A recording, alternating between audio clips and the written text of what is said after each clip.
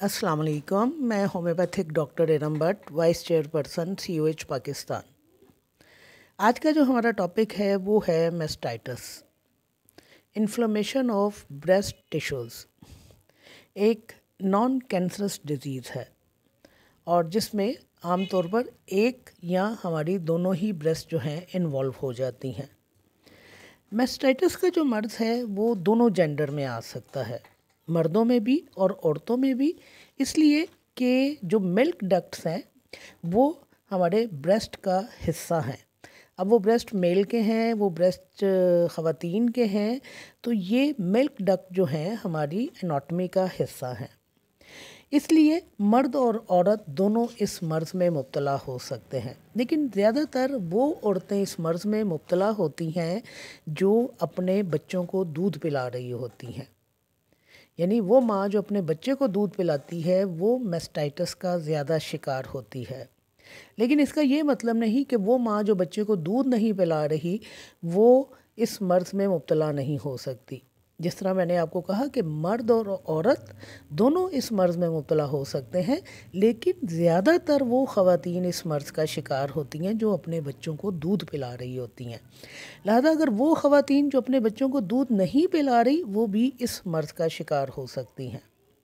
इसकी दो टाइप्स हैं, एक लैक्टेशन मेस्टाइटिस है और ये इसकी सबसे कॉमन टाइप है, और ये वही टाइप है उन ख़वातीन के लिए या उन ख़वातीन में जो अपने बच्चों को दूध पिलाती हैं इस मर्ज़ का पाया जाना। दूसरी इसकी टाइप है पेरीडक्टल। ये सन यास के ज़माने में या सन यास के ज़माने के बाद ख़वातीन में या वो लोग जो कसरत के साथ सिगरेट नोशी करते हैं उनमें ये मेस्टाइटिस का मर्ज़ आता है।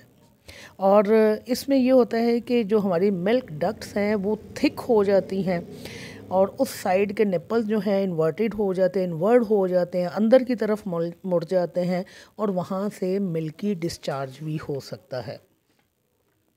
इस मर्ज़ के पैदा होने की वजह यह है कि जो बैक्टीरिया हमारी स्किन के ऊपर पाया जा रहा है या सलाइवा में पाया जा रहा है, अगर हमारी स्किन हमारे ब्रेस्ट के टिश्यूज़ में वो एंटर हो जाए तो उस सूरत में जो है वहाँ पर ये इन्फ्लेमेशन हो जाती है। अब ये सलाइवा का जो मैंने कहा है तो इससे मुराद ये है कि जब माँ बच्चे को अपना दूध पिलाती है और बच्चे की थूक जो है माँ की मिल्क डक्ट के अंदर चली जाए, वहाँ पर क्रैक्स पड़े हुए हैं या ज़ख़म बने हुए हैं और बच्चा जब माँ का दूध पी रहा है तो वो सलाइवा जो है माँ के अंदर चला गया, या जो बैक्टीरिया जो हमारे जल्द के ऊपर पाया जाता है वो ज़ख़्मों के ज़रिए या क्रैक्स के ज़रिए अगर मिल्क डक्ट्स में चला जाता है तो फिर वहाँ पर जो है इन्फ्लेमेशन हो जाती है। लिहाजा इसके जो कॉजेज़ हैं उनमें इसके अलावा भी जो चीज़ें रोल प्ले करती हैं, एक तो डायबिटीज़ है, दूसरा ऑटोम्यून डिजीज़ हैं। हमारे बहुत सारे डिजीज़ हैं जो ऑटोम्यून हैं, एक्जिमा है, और वो लोग जो अपनी चेस्ट के ऊपर शेव करते हैं या प्लकिंग करवाते हैं या वैक्स करवाते हैं, अपने बाल उतरवाते हैं, उनमें भी ये मर्ज़ पाया जा सकता है। अगर निप्पल्स के ऊपर क्रैक्स पड़े हुए हैं या ज़ख़म बने हुए हैं तो ये मर्ज़ हमारे सामने आ सकता है।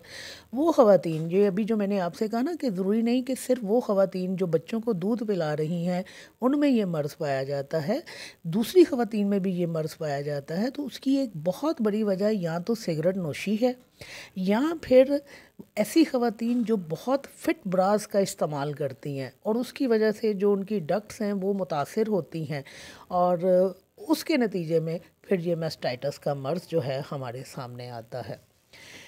तकलीफ़ से मर्ज़ है, जो लोग इस मर्ज़ से गुज़रे हैं वो इस तकलीफ़ को समझ सकते हैं कि साइन और सिम्टम जो हमारे पास आते हैं कि ब्रेस्ट जो होती हैं वो स्वेल कर जाती हैं, रेड हो जाती हैं, इन्फ्लेम होती हैं, सेंसिटिव हो जाती हैं, छूने से बहुत ज़्यादा दर्द होती है, गर्म होते हैं ब्रेस्ट में लम्प्स बन सकते हैं, और जब माँ अपने बच्चे को दूध पिलाती है तो वहाँ पे मुसलसल बर्निंग सेंसेशंस पाई जाती हैं, फ्लू की तरह के सिम्टम हो जाते हैं, फ्लू लाइक सिम्टम्स आते हैं और बुखार रहना शुरू हो जाता है, हरारत आपको हर वक्त महसूस होती है, सर का दर्द पाया जा सकता है, नोज़िया, वॉमिटिंग और निप्पल में से डिस्चार्ज हो सकता है।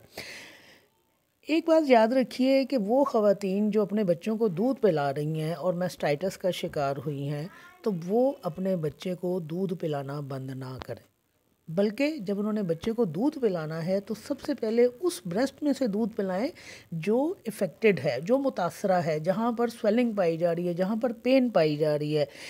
ब्रेस्ट फीडिंग के नतीजे में क्या होगा कि उनका जो ब्रेस्ट के अंदर डक्ट्स के अंदर दूध पाया जा रहा है ना, वो वहाँ से निकलना शुरू हो जाएगा और ब्रेस्ट जो हैं वो थोड़े हल्के हो जाएंगे। और जब वहाँ पर दूध नहीं ठहरेगा तो नतीजे के तौर पर वहाँ पर स्वेलिंग या पेन में कमी आना शुरू हो जाएगी। तो याद रखिए कि जब आप इस मर्ज़ में मुब्तला हों तो कभी ये ना कहिए कि चूँकि मेरे ब्रेस्ट हैवी हो गए, पेन हो रही है, बच्चा दूध पीता है तो मुझे तकलीफ़ होती है। नो डाउट ये बहुत ही तकलीफ़देह हालत होती है कि आपको मास्टाइटिस है और आप बच्चे को दूध पिला रहे हैं, लेकिन याद रखिए आपका दूध पिलाना आपका इलाज है। जब आप उसी ब्रेस्ट में से दूध पिलाएंगे जो इन्फ्लेम की हुई है, तो खून की दूध की जो नालियाँ हैं वो खाली होना शुरू हो जाएंगी, खुलना शुरू हो जाएंगी। जब दूध उनमें से गुजरेगा तो वो खुलना शुरू हो जाएंगी और आपकी तकलीफ़ में कमी आएगी। लिहाजा ऐसी ख़वातीन जो अपने बच्चों को दूध पिलाती हैं, अगर इस मर्ज़ का शिकार हों तो कभी भी ऐसी सोच ना रखें या ये काम ना करें कि अपने बच्चे को दूध पिलाना छोड़ दें, बल्कि इसकी मैनेजमेंट में ये बात है कि माँ हर 2 घंटे के बाद अपने बच्चे को दूध पिलाए।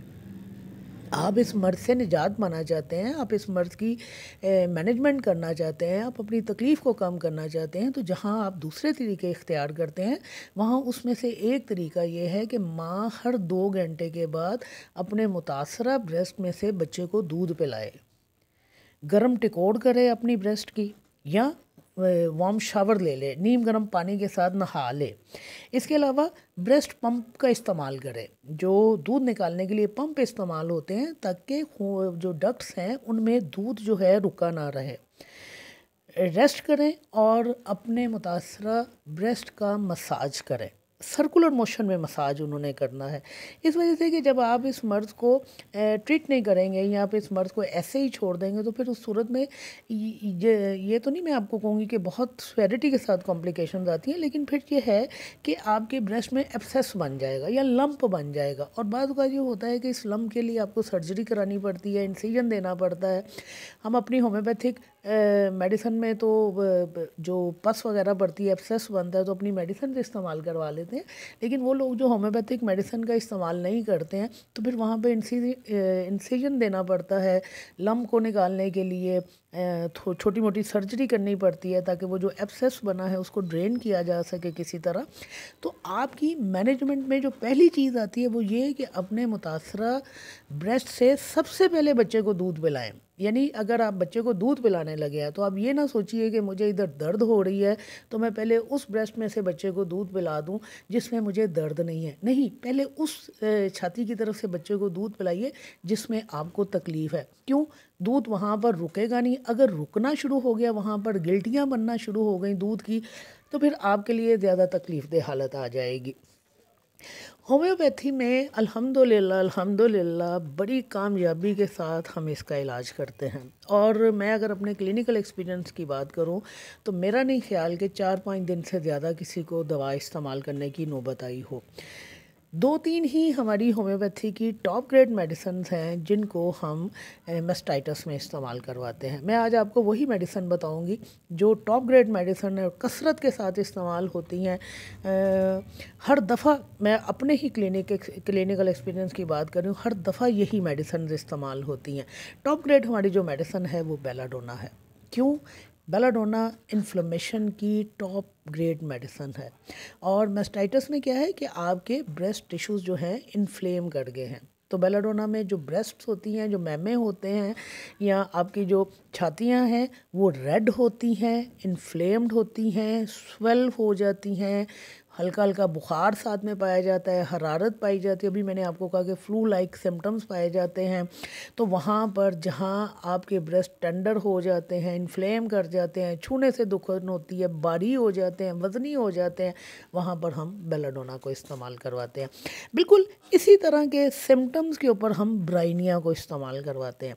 ब्राइनिया में भी ब्रेस्ट जो हैं स्टोनी हार्ड हो जाते हैं, दुखते हैं हाथ लगाने से, बहुत वज़नी हो जाते हैं, आपको लगता लगता है कि ब्रेस्ट आपके बहुत हैवी हो गए हैं और आपके लिए मूव करना मुश्किल होता है उन ब्रेस्ट के साथ, बच्चा जब निप्पल मुंह में डालता है तो आपकी एक तरह से चीखें निकल जाती हैं।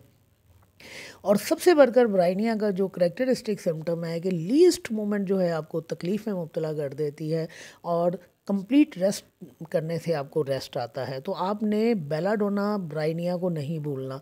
तीसरी टॉप रेट मेडिसिन जिसकी वजह शोहरत ही ब्रेस्ट के हवाले से है वो है फाइटोलैका डिकेंड्रा। तो फाइटोलैका में भी क्या है कि ब्रेस्ट स्वेल किए होते हैं, पेनफुल होते हैं, दुखन होती है, हार्ड होते हैं, स्टोनी हार्ड होते हैं, लम्प्स बनते हैं, निप्पल क्रैक कर जाते हैं और जब मरीज़ा बच्चे को दूध पिलाती है तो दर्द जो है पूरी बॉडी में फैल जाता है। तो आपने बेलाडोना, ब्राइनिया, फाइटोलैका को नहीं भूलना। अव्वल तो बेल और ब्राइनिया ही काफ़ी हैं मैस्टाइटिस के मर्ज को कवर करने के लिए, लेकिन अगर आप साथ में ऐड करना चाहें तो आप ब्राइनिया को भी ऐड कर सकते हैं। फिर हमारी दो टॉप ग्रेड मेडिसिन हैं जो सिलिशिया और हेपरसल्फ हैं।